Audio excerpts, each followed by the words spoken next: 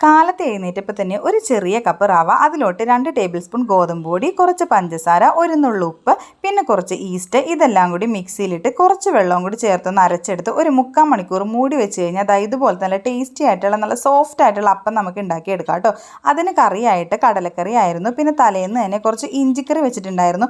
അമ്മ പറഞ്ഞിട്ടാണ് ഇഞ്ചിക്കറി വെച്ചത്, സ്കൂളിൽ കൊണ്ടുപോകണമെന്ന് പറഞ്ഞ് അതൊന്ന് ചൂടാക്കിയെടുത്തു. പിന്നെ സോയ ഫ്രൈ ചെയ്തു. ഇന്ന് രണ്ടും അമ്മന് ഇഷ്ടമുള്ള കറിയാണ് കേട്ടോ, ഇഞ്ചിയും സോയ ഫ്രൈ ചെയ്തതും. ചോറിൻ്റെ ഉള്ളിൽ ഇഞ്ചി വെക്കണമെന്ന് പ്രത്യേകം പറഞ്ഞിട്ടുണ്ടായിരുന്നു കേട്ടോ. അങ്ങനെ അത് അമ്മ ഫ്രഷ് ആയിരിക്കുവാണ്. അപ്പോൾ അത് അമ്മുവിന് ഞാൻ ബ്രേക്ക്ഫാസ്റ്റ് കഴിക്കാൻ വേണ്ടി കൊടുത്തു. അമ്മനിന്ന് മിഡ് ടേം എക്സാം തുടങ്ങുവാണ്. രാവിലെ തന്നെ മഴ നല്ല തകൃതിക്ക് പെയ്യുവാണ്. അപ്പോൾ അതൊക്കെ കഴിഞ്ഞ് അമ്മു ബ്രേക്ക്ഫാസ്റ്റൊക്കെ കഴിച്ച് ഫ്രഷായി സ്കൂളിലോട്ട് പോവുകയാണ്. ടാറ്റയും ഉമ്മയൊക്കെ തന്ന ആളങ്ങ് ഇറങ്ങി.